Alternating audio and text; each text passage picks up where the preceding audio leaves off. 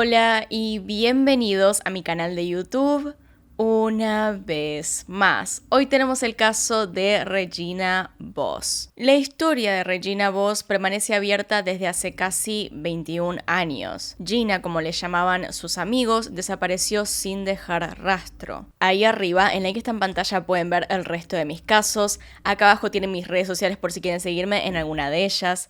Y sin nada más que decir, comencemos.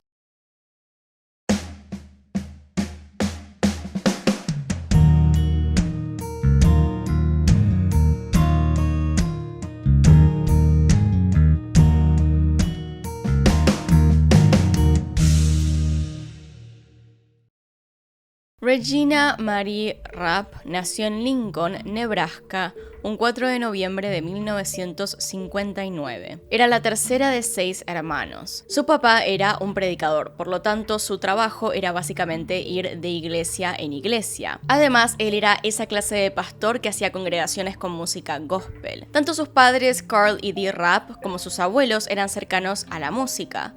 Todos ellos sabían tocar algún instrumento, y en ese contexto fue en el que Regina se vio identificada con este tipo de arte. Decidió explorar la música y disfrutarla lo más que podía. Cuando las personas que la conocían describían a Gina desde muy chica, explicaban que desde el principio era una niña con muy buena energía que destellaba como un calor amistoso. Mientras iba creciendo se fue destacando en otras ramas del arte, como la pintura, el dibujo, otros proyectos y esculturas. Para el momento de los hechos, Gina había pasado por varios altibajos en su vida, pero se consideraba bastante estable.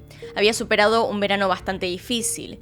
Era una mujer que se había divorciado del padre de sus 3 hijos hacía unos años. Luego había formado pareja nuevamente con un hombre llamado Dave Voss, y en ese momento se divorciaba por segunda vez, aunque este segundo divorcio fue bastante pacífico en el sentido de que la relación entre ellos terminó siendo amistosa. Para el tiempo en el cual ella desaparece, estaba en pareja con un hombre llamado Michael Johnson. Ya en ese momento de su vida, sus amigos la describían como una mujer bastante terca, pero desde un punto de vista positivo, ya que trabajaba duro para lograr lo que quería. Estaba consiguiendo una casa para sus hijos y había logrado un puesto de gerencia en un FedEx Kinko's en Lincoln, por lo cual estaba muy contenta. Parecía que la vida le estaba dando nuevas oportunidades en este momento, las cuales esperaba hacía tiempo. Este acercamiento a la música que tuvo desde muy pequeña perduró durante toda su vida, por lo que se podía decir que ella era una cantante y guitarrista.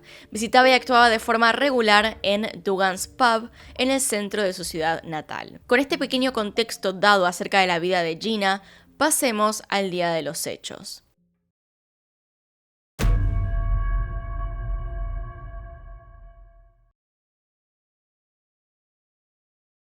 La noche del 16 de octubre del año 2000, Gina se presentó en el Dugan's Pub, luego de su jornada de trabajo.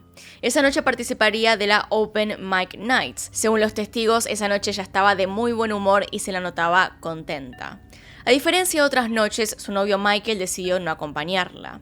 Esa vez se quiso quedar en su casa y esperarla cuando terminase su show en el pub. Él dijo: me llevó a mi casa y condujo hasta el bar, que probablemente esté a solo 10 cuadras de mi casa. Sus hijos habían quedado en la casa de Gina, 2 de ellos ya eran adolescentes y era bastante normal que se quedaran solos. Gina dejó a su novio con la idea de volver a buscarlo después del show, regresar a la casa juntos y así poder pasar la noche con sus hijos después. Siguió entonces con su auto hacia Dugan, estacionándolo justo enfrente de la entrada del lugar. Esa noche del 16 de octubre, su ex marido Dave estaba presente en el pub.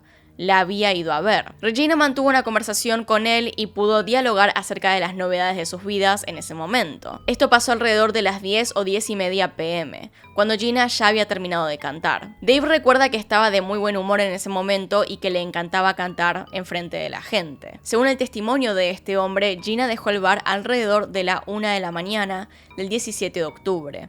Retirándose del lugar con otros cantantes y amigos del bar. El plan de Gina en ese momento era que después de terminar de cantar, después de hacer todo esto, ella saldría del pub, pasaría a buscar a Michael para regresar con él a su casa. Eso era todo lo que haría esa noche después de cantar. Sin embargo, por alguna razón, Gina nunca volvió a la casa de su novio y tampoco volvió a su casa. El tiempo pasaba entonces y Michael la estaba esperando. Se dormía, se despertaba y ella no llegaba. Finalmente se volvió a dormir asumiendo que hablaría con Gina por la mañana, pero al levantarse al siguiente día comenzó a preocuparse. Inquieto, intentó comunicarse con Gina a través de su localizador, pero claro, este se encontraba en la casa con sus hijos. Esto provocó que los chicos se despertasen con el sonido del localizador, y al hacerlo se dieron cuenta de que su madre todavía no había vuelto. Inmediatamente entonces, al darse cuenta de esto, llaman a sus abuelos, poniendo al tanto a la familia de que Gina no estaba por ninguna parte y no había señales de dónde podría haberse ido. La búsqueda entonces comenzó ese día y jamás terminó. Su novio Michael no se quedó tranquilo y se acercó al pub Dugan para preguntar si alguien la había visto o sabía algo del paradero de Gina. Una vez ahí, cuando llegó, pudo ver que el auto modelo Saturn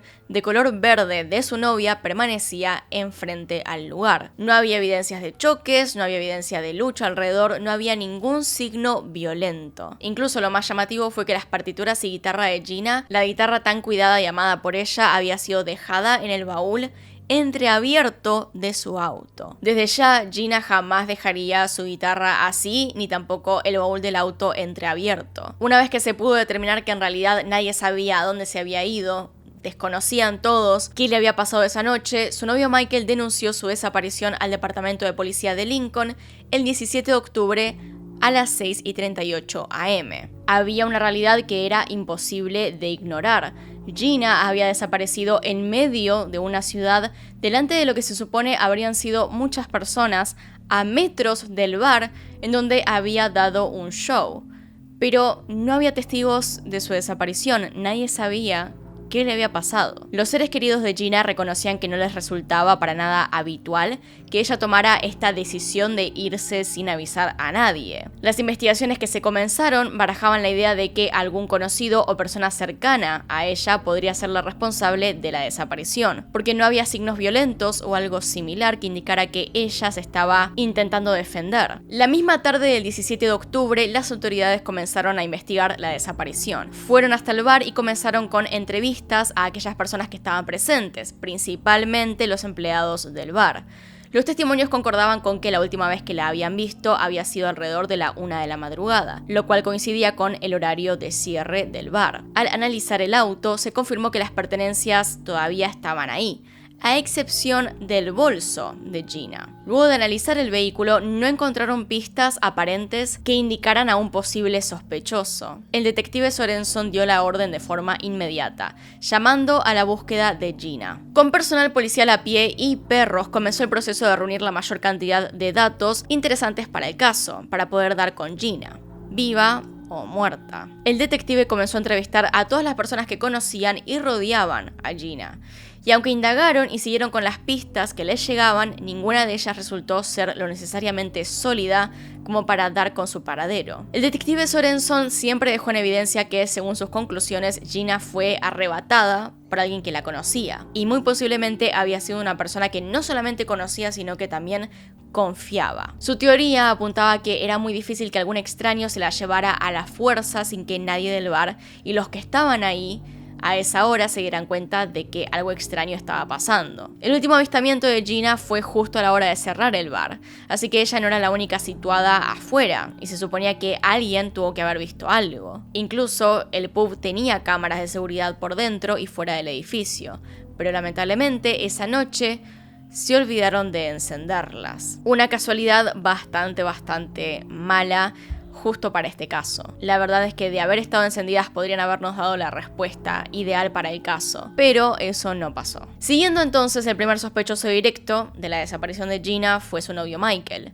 Era una persona cercana que justo esa noche no la quiso acompañar. Este detalle realmente podría o no tener algo que ver con el caso, así que había que indagar un poco más. Michael fue expuesto entonces a unas pruebas, entre las que se encontraba el detector de mentiras, pero fue superada con éxito. De vuelta quiero decir que el detector de mentiras no sirve realmente para mucho, ya que una persona puede pasarlo sin problemas mintiendo, pero supongo que había que hacer esa prueba de todas formas. Algunos familiares pensaron que él podría tener algo que ver con la desaparición, pero la policía desestimó esta hipótesis. Esta idea entonces de que Gina había sido víctima de alguien que conocía era una constante. El detective del caso afirmó a las noticias su teoría y dijo textualmente lo siguiente: no hay forma de que un extraño la saque a la fuerza de la calle, frente a toda esa gente esa noche. Creo que conocía quién era su agresor. No hubo gritos, no hubo evidencia de sangre, no hubo evidencia de huellas dactilares, no se encontró su bolso, no había nada. El detective dejó en claro saber quién pudo haber sido el que la mató, según su hipótesis, y dijo nuevamente: él sabe que yo lo sé, pero también sabe que todavía no tengo lo suficiente para arrestarlo. Pero, si encuentra un cuerpo, tal vez lo encuentre. Tal vez eso sea lo único que me falta en este momento. Simplemente sigo adelante. Tarde o temprano, tal vez tenga suerte. Tal vez cambie de opinión. Tal vez venga a hablar conmigo, no lo sé, pero seguiré hablando con él. No tenemos suficiente causa probable para arrestar a alguien, pero creo que sé quién la mató. La hermana de Gina, Janelle, afirmó que sentía un dolor y una pérdida muy profunda y que creía que alguien se la había llevado y acabado con su vida. De la misma manera que con otros casos alrededor de la desaparición de Gina rondan múltiples hipótesis, entre ellas que ella podría saber del narcotráfico, de trueques policiales y de varias sustancias diferentes, pero todo esto solo quedó en suposiciones. A lo largo de la investigación aparecieron algunos rumores de testimonios que no se pudieron constatar verdaderamente. Uno de ellos fue que la habrían visto con 2 hombres al salir del pub. Se dirigieron a su auto y entablaron una conversación que no parecían tener nada fuera de lugar. Otros dijeron haberla visto caminar junto a una mujer delgada de cabello castaño rojizo, la cual vestía una campera beige.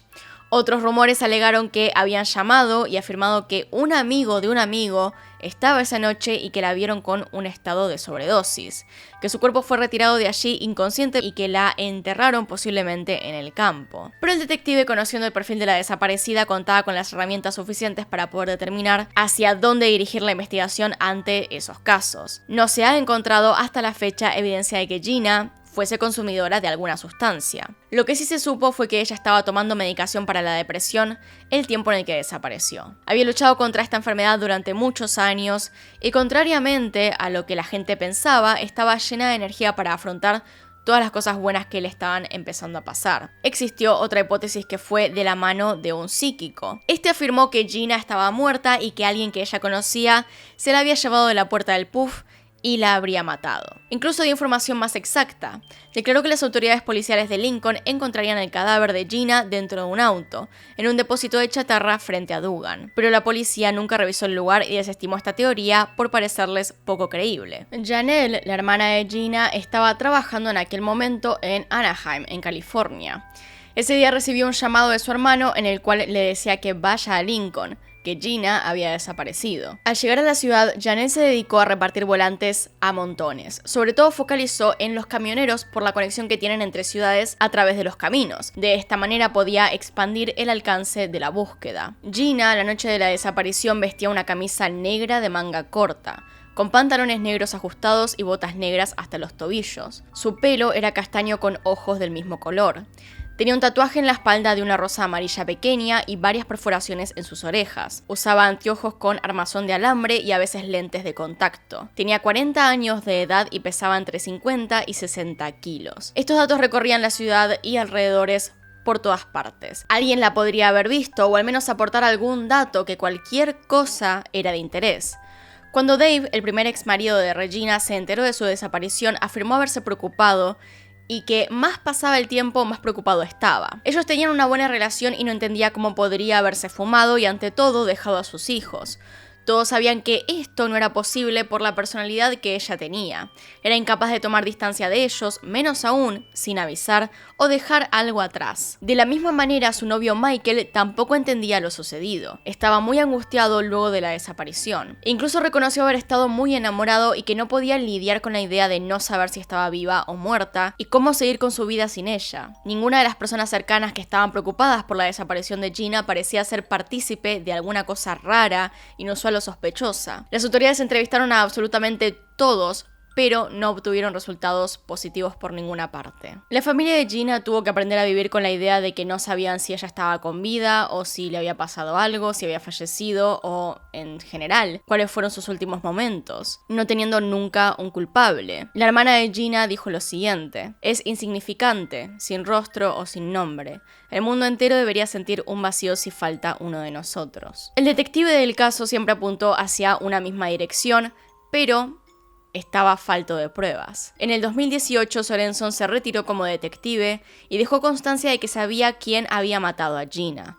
Para desgracia de todos, no contó con las pruebas necesarias o con causas con suficiente peso como para culpar a alguien puntual. Uno de los detalles más extraños del caso es lo rápido que sucedió. Los secuestros suelen ser rápidos, pero así, y encima sin dejar rastro.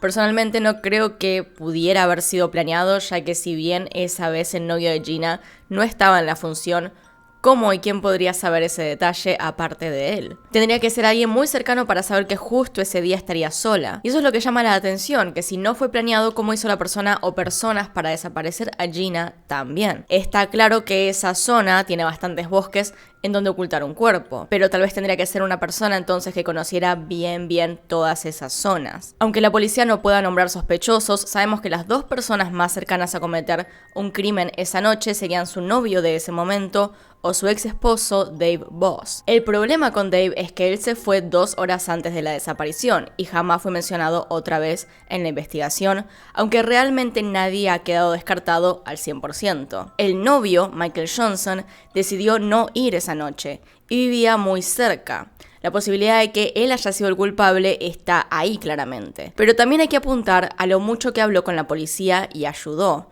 a lo rápido que llamó al 911 para que supieran que Gina estaba desaparecida. Son cosas que no hay que olvidar, pero tampoco confiarse. Él le dijo a la policía que esa noche se habían peleado, lo cual puede indicar dos cosas: o que es muy sincero a pesar de las consecuencias de lo que los detectives pudieran pensar, o que está muy confiado con que nadie va a saber qué hizo. Aún así, puede que cualquier cosa que apunte a alguno de ellos dos sea una desafortunada coincidencia nada más, y que tal vez el culpable sea un amigo de Gina.